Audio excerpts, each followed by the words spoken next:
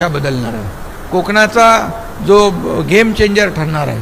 कारण जिथं आता वाकडी तिकडी आपण वळणाने जातो, आज नाही म्हटलं तरी 10, 12, 14 तास लागतात. आपण 5 तासामध्ये हे अंतर म्हणजे निम्म्यापेक्षा कमी वेळामध्ये आपण हे अंतर कमी करू शकतो आणि त्यामुळे मोठ्या प्रमाणावर या भागाचा विकास होईल, चालना मिळेल, उद्योग येतील, शेतकऱ्यांना फायदा होईल आणि वेळेची बचत, इंधनाची बचत आणि या सगळ्या गोष्टी ज्या आहेत या ह्याच्यामध्ये आपल्याला साध्य करता येईल. त्यावेळेस देखील आपण काम करतोय. शिंदेसाहेब, कोकणावरती शिवसेनेने खूप प्रेम केलेलं आहे आणि कोकण हा शिवसेनेचा बालेकिल्ला आहे. तुमचे सर्वाधिक उमेदवार देखील इकडनं निवडून आलेले आहेत. योगेश कदम असतील मंत्री, भरतशेठ गोगावले असतील मंत्री. कोकणी जनतेची मागणी हीच आहे की आम्ही सर्वात जास्त प्रेम केलं आहे तर आम्हाला सर्वात जास्त इथे निधी पण आला पाहिजे आणि विकासाची गंगा देखील इथे वाढली पाहिजे. विशेष करून पर्यटन व्यवसाय आणि उद्योग व्यवसाय. स्थानिक जो कोकणी माणूस आहे जो इतर शहराकडे जातो तो कोकणामध्ये त्याला जर अधिक रोजगार मिळाला आहे तर अधिक चांगलं होईल. त्या संदर्भात काही प्रश्न आहेत, विनोदजी विचारा किंवा इतर आपले कोकणातले पत्रकार. सर नमस्कार, मी दैनिक भास्कर दिव्य मराठीहून विनोद यादव. माझा प्रश्न तो पण आहे थोडासा संबंधित विषय. सर, आपण सांगितलं की संवाद आहे आज. माननीय मुख्यमंत्रींनी तुमची माफी मागत असे सांगितलं आहे की DCM जे आहे अजित पवार दादा आणि तुमच्यामध्ये गुड कम्युनिकेशनबद्दल जे संवादबद्दल जे बोलले आहेत, सर तुम्हाला काय वाटतो त्याबद्दल? मी काल त्यांना बोललो संवाद म्हणजे काय. काल आम्ही एकत्र होतो कार्यक्रमाला, तर ते म्हणाले त्यांनी विचारलं दोघांपैकी बोलके कोण आहेत. बोलके मी मग ते म्हणाले बोलके तसा ते स्वतः त्यांनी म्हणाले बोलका मी पण नाही आहे. तुम्ही जसा अर्थ घ्याल तसा आहे. आता त्याच्यामध्ये आम्ही कमी बोलून जास्ती काम करणारे लोक आहोत. जास्त ऐकून घेतो आणि कमी बोलतो. आता जास्ती बोलल्यामुळे देखील तुम्ही कधी कधी आम्हाला अडचणीत आणता. त्यामुळे आम्ही ठरवलेलं आहे कमी बोलून जास्त काम करायचं, हे आमचं धोरण आहे. आणि त्यामुळे मला वाटतं तो विषय जो आहे तो काल मी स्वतःच मुख्यमंत्री आणि आम्ही एका कार्यक्रमात होतो आणि त्याचा तो खुलासा काल झाला आहे. मला एवढंच सांगायचं आपल्याला, राजकीय भाग तर आपण चर्चा करत राहू, परंतु माझ्या 2.5 वर्षाच्या काळामध्ये मला तुम्ही जे म्हणाले निधी उदय जाधव निधी संदर्भात, तर या कोकणामध्ये इथं उदय सामंत आहेत, योगेश आहेत आणि आणखी तिकडे भरत गोगावले आणि आणखी आपले जे आमदार आहेत, या मला वाटतं यांच्या मतदारसंघामध्ये रस्ते असतील, इतरही जे काही प्रकल्प असतील, मला वाटतं खूप मोठ्या प्रमाणावर निधी माझ्याकडून वितरित झालेला आहे. तुम्हाला किती मिळाले असतील? 2.5 वर्षामध्ये 3,500. कोकण हे निसर्गरम्य परिसर आहे आणि यामध्ये आपला जो 720 किलोमीटरचा समुद्र किनारा आहे, आज पाणी एवढं निळक्षार आहे आणि म्हणून यामध्ये मोठ्या प्रमाणावर आपण पर्यटनाला चालना देऊ.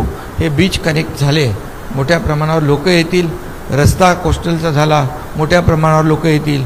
हा जो हायवे नॅशनल हायवे तो देखील लवकर कंप्लीट होईल आणि सगळ्यात महत्त्वाचा जो ग्रीनफील्ड ॲक्सेस कंट्रोल रोड, यामुळे देखील पर्यटन खूप मोठ्या प्रमाणावर वाढेल आणि इथल्या लोकांना भरभराट होईल. आमचं एक संकल्पना आहे की इकडचा माणूस कोकणातला रोजीरोटीसाठी मोठ्या मुंबईसारख्या, ठाण्यासारख्या, पुण्यासारख्या शहरामध्ये त्याला जायला लागू नये, ही आमची भूमिका आहे. आणि त्या दृष्टिकोनातून आपण मोठ्या प्रमाणावर या सर्व भागात हाऊसबोट असतील. आता तुम्ही कुठलं एक सेंटर केलं आहे तिकडे जयगडचं, राई बंदर, हां शिवसृष्टी, हे सगळं जे आहे आपण किल्ल्यांचं संवर्धन करतोय, आपण प्राचीन मंदिरांचं संवर्धन करतोय.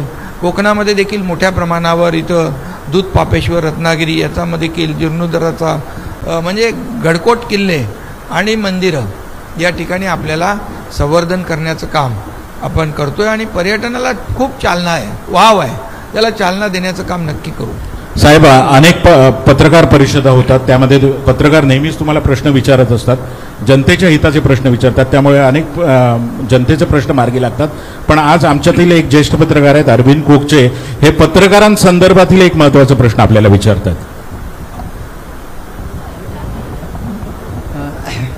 ज्येष्ठ पत्रकार, बाळशास्त्री जांभेकर सन्मान योजना हे आपल्या मुख्यमंत्रीपदाच्या काळामध्ये त्याची घोषणा झाली, त्याचा शासकीय आदेश निघाला, पण त्याची रक्कम ही पत्रकारांच्या हातात कधी पडणार?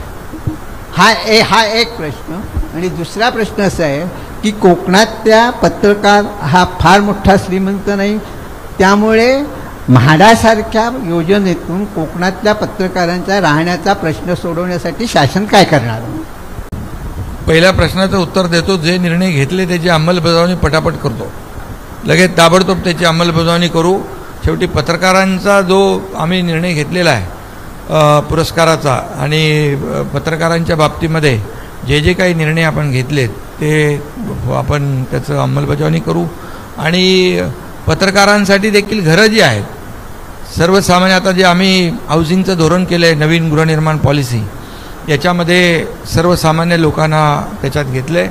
आणि पत्रकारांच्या बाबतीमध्ये देखील म्हाडामध्ये आपल्याला त्याचा अंतर्भाव कसा करता येईल याचं देखील मी संबंधित लोकांशी बोलून तोही मार्ग, मला वाटतं आता पत्रकारांना आपण घरी काही ठिकाणी दिलेली आहे. ठाण्यामध्ये दिले, हां ठाण्यामध्ये दिली आहेत, मुंबईत दिली आहेत.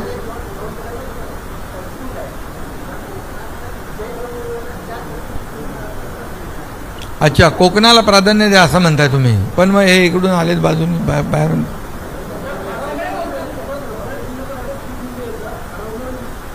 हां ठीक आहे, त्या बाबतीमध्ये आपण नक्की म्हाडाच्या माध्यमातून विचार करू, पण त्यांना मग कुठे कुठे आपल्याला आपण देऊ शकतो याचं थोडं आम्ही एक कोकण म्हाडामधून आपल्याला करता येईल, करू आपण. मुंबईतल्या पत्रकारांना काय बांधू आपण सर. म्हाडाची जागा चिपळूणमध्ये आहे, रत्नागिरीत आहे ना, ठीक आहे, चला जाणं. कोकणामध्ये पण आहे. कोकणाच्या विकासासाठी आपण कोकण पॅकेज मागच्या सरकारने जाहीर केला होता, पण तेवढा जो पॅकेज जाहीर झाला प्रत्यक्षामध्ये तेवढा खर्च झाला नाही. त्यामुळे कोकणा हा नेहमी मागासलेलाच राहिलेला आहे. जो विकास आहे अन्य भागामध्ये जास्त प्रमाणात येतात. आता तुम्ही आल्यानंतर बराच निधी कोकणासाठी आलेला आहे. आपण रस्ते मोठ्या प्रमाणात करतो, पण ते एस.टी. स्टँड आहेत, त्या एस.टी. स्टँडची दुरावस्था सगळ्या जिल्ह्यांमध्ये फार वाईट आहे. त्याची डेव्हलपमेंट करण्याची फार आवश्यकता आहे, अन्यथा एवढा विकास कुठे वाहून जाईल हे कळणार नाही. दुसरी गोष्ट की इथे कोकणामध्ये आपण मंत्रिमंडळाची बैठक घेणार आहात का? एक बैठक झाली होती मला आठवतं, पण त्यानंतर आता तुमच्या दिग्गज लोक आहात, तर कोकणासाठी जर काहीतरी वेगळं डेव्हलपमेंट त्यातून होऊ शकतं तर आपण त्या अनुषंगाने काही करू. तुम्ही एस.टी. डेपोचं सांगितलं, रत्नागिरीचा डेपो चांगला आहे, एक नंबर आहे.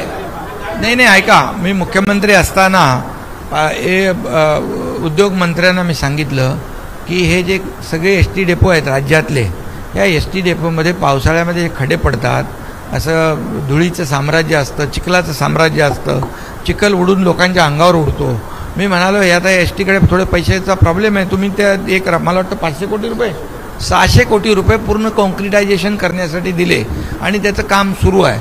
आता प्रताप सरनाईक आलेत, त्यांना मी सांगितलं एस टीचं पूर्णपणे लुक ओव्हर चेंज ओव्हर झाला पाहिजे आणि तिथं मग ड्रायव्हर असतील, कंडक्टर असतील, कर्मचारी असतील, त्यांना सोयीसुविधा आणि प्रवाशांना सोयीसुविधा, चांगल्या कॅन्टीन असू द्या आणि त्याचं पूर्णपणे रोपडं बदला या एस टी स्टँडचं. त्याच्यावर आम्ही पूर्ण फोकस केला आहे आणि मला वाटतं तुम्हाला नजीकच्या काळामध्ये बदल झालेला नक्की दिसेल.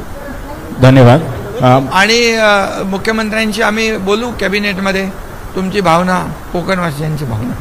शिंदे साहेब, एक वेगळा प्रश्न होता. गेल्या काही महिन्यापासून कोकणाला जेवढं काय देता येईल तेवढं दिलं पाहिजे, कारण कोकणाने भरभरून प्रेम दिलेलं आहे. मगाशी उदय म्हणाला की खूप प्रेम आम्हाला दिलेलं आहे बाळासाहेबांपासून, त्यामुळे कोकणाला आम्ही देखील भरभरून दिलं पाहिजे, आमचं कर्तव्य आहे आणि महायुती सरकारचं देखील कर्तव्य आहे. आता महायुतीच कोकणामध्ये आलेली आहे आणि त्यामुळे कोकणाचे जे काही बॅकलॉग आहे तो भरून काढणं यासाठी नक्कीच त्याला प्राधान्य देऊ. शिंदे साहेब, पत्रकारांचा तर हात पण असतो, पाय पण असतो. आता आपण प्रमोदजी एका महिलेला संधी देऊया. सर नमस्कार. आपल्याकडे 80-81 साली जलसेवा होती बॉम्बे टू गोवा आणि रत्नागिरी तिथे स्टॉप होता. आता 4 तासात परत रत्नागिरी आणि मुंबई सेवा सुरू करण्याचं मंत्री नितेश राणेंनी नुकतंच जाहीर केले. तर रत्नागिरीच्या स्थानकासंदर्भात जेव्हा बोटिंग सुरू होईल ती साधारण कधी होईल आणि लवकरात लवकर सुरू करण्यासाठी रत्नागिरीचा विचार करा. नाही, बिलकुल त्याच्यामध्ये सरकारने प्रयत्न म्हणजे निर्णय घेतला आहे आणि तो लवकरात लवकर त्याची अंमलबजावणी करण्यासाठी जे जे काही करता येईल ते नक्की सरकार करेल, बिलकुल करेल. शिंदेसाहेब एक माझ्यानंतर गेल्या काही महिन्यापासून शिंदेसाहेब गेल्या काही महिन्यापासून शिवसेनेमध्ये मोठ्या प्रमाणात अरे आता तुम्ही पत्र विकास वगैरे हे ते कोकण विचारा ना. आता राजकीय मोठ्या प्रमाणामध्ये इन्कमिंग सुरू आहे. डेव्हलपमेंट झाला, विकास संपला, मोठ्या प्रमाणात इन्कमिंग सुरू आहे. तर येणाऱ्या स्थानिक स्वराज्य संस्थांच्या निवडणुकांमध्ये उभाटाची काय भवितव्य असेल? अरे बाबा, आता रोज सगळे लोक येत आहेत, तुमच्या बातम्या तुम्ही छापताय, व्हिडिओ आपल्या इलेक्ट्रॉनिक मीडियामध्ये पण दररोज चालू आहेत आणि एका विश्वासाने लोक येत आहेत. काम करणाऱ्या पक्षाकडे लोक जातात, त्यामुळे काम करणारा कार्यकर्ता म्हणून ते लोक माझ्याकडे येतात. साहेब, माझा एक प्रश्न असा आहे. किशोर मोरे सर, हो sir, sir Kishor More, Ratnagiri Times. माझा एक प्रश्न आहे. हे नेहमी सर्वसामान्य माणसांना तो कुतूहलाचा वाटतो, अजून त्याचं उत्तर मिळालं नाही. सर्वसामान्य माणसांना एक प्रश्न अजूनही त्या कुतूहल आहे, त्याचं उत्तर मिळालं नाही. आमदार हे साधारणपणे सक्षम असतात, राजकीय परिस्थिती त्यांना माहिती असते. पण 2022 साली जो आपण उठाव केला तो आपल्यासोबत एक 50-55 आमदार गेले, त्याचा कोडा आजही समजत नाही का आपण जादू अशी केलीत. खरं म्हणजे विश्वासाचा हा भाग आहे आणि राजकारणामध्ये विश्वास आणि शब्द, दिलेला शब्द पाळणं याला मी महत्त्व देतो आणि त्या विश्वासाच्या जोरावरच आता ग्रामपंचायतचं सरपंच किंवा एखादा नगरपालिकाचा नगरसेवक इकडचा तिकडे जायला विचार करतो. पण 50 लोक जेव्हा सोबत येतात तेव्हा एक विश्वास असतो आणि दिलेला शब्द पाळतो हा एक त्यांना भरोसा असतो. आणि त्यामुळे आम्ही जो निर्णय घेतला तो राज्याचा फायदाच झाला ना, राज्याचा विकास झाला, राज्य नंबर 1 ला आलंय. साहेब, 2 दिवस कार्यशाळा चालू आहे. आणि ह्या 2 दिवसाच्या कार्यशाळेमध्ये एक मिनिट जरा, 2 दिवसाच्या कार्यशाळेमध्ये पर्यटनाच्या संदर्भातला आता आमची काल एक टूर झाली.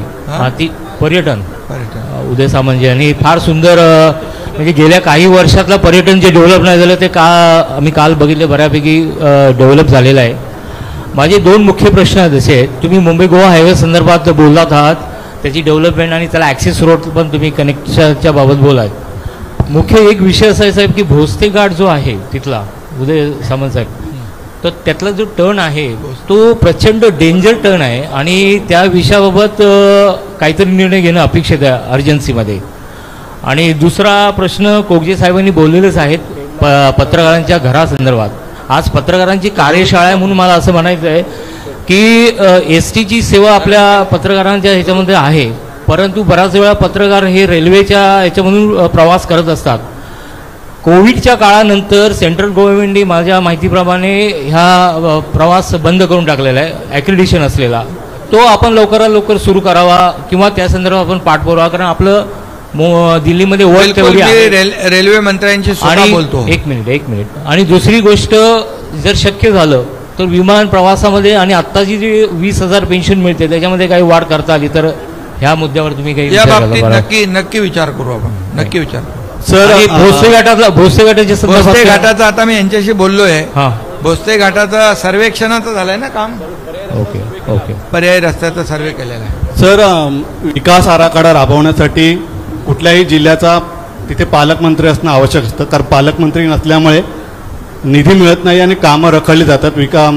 कमिटीची बैठक होत नाही आहे. रायगड जिल्ह्याला पालकमंत्री मिळालेले नाहीत, तर रायगड जिल्ह्याचा जो पालकमंत्री पदाचा जो मुद्दा आहे तो यावेळी सुटेल का? लवकर सुटायला हवा. लवकर सुटेल आणि त्यामुळे विकास आराखड्यात कुठेही बाधा येणार नाही. नगर विकास विभाग माझ्याकडे आहे आणि तिथं DP मध्ये काही अडचण, लोकांच्या हिताचाच विकास आराखडा होईल. साहेब, एक सर्वात महत्त्वाचा प्रश्न जो सर्व पत्रकारांच्या दृष्टीने आहे, साहेबांचं असं एक चित्र निर्माण झालेलं आहे, एक बार कमिटमेंट कर दी. तो पत्रकारांचा सगळ्यात महत्त्वाचा मुद्दा असा आहे, 2019 साली पत्रकार संरक्षण कायदा संमत झाला, पण आजपर्यंत त्याची अंमलबजावणी तेवढ्या प्रभावाने होताना दिसत नाहीये. तर याचं नोटिफिकेशन आपण कधी काढणार? एक फायनल डेट द्या सर्व पत्रकारांना. मी आता तातडीने मुख्यमंत्र्यांशी बोलून आम्ही त्याच्यावर निर्णय घेऊ. ठीक सर, रायगड जिल्ह्यामध्ये आणि तुम्ही जे कोविडमध्ये काम केलं. हॅलो, हां बोला ना.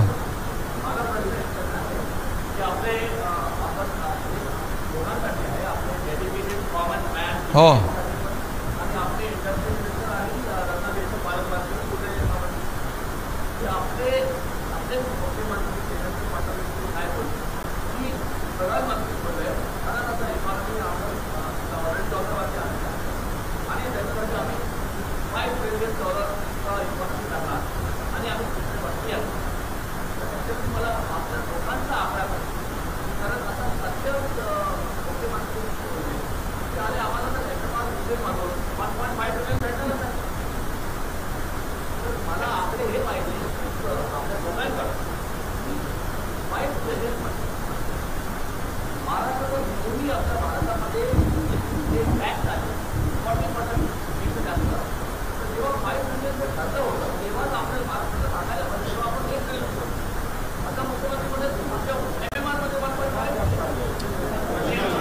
एकच सांगतो तुम्हाला ऐका, एकच सांगतो ऐका, तुम्हाला सांगतो आपला GDP नंबर 1ला आहे. आपण एकूण देशाच्या गुंतवणुकीमध्ये महाराष्ट्र 40% आहे, नंबर 1ला आहे.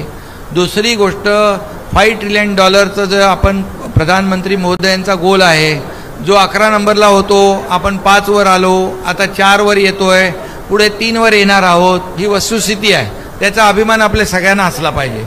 आपण जपान जर्मनीला मागे टाकणार आहोत आणि त्याचा अभिमान आपल्याला असला पाहिजे. त्याचबरोबर नीती आयोगाने एक जे सर्वेक्षण केलं, आमची एक बैठक झाली, आपल्याला $1 ट्रिलियन आपला जो गोल आहे त्यांनी असं सांगितलं नीती आयोगाने की फक्त MMR रिजनमध्येच $1.5 ट्रिलियन पोटेन्शियल आहे.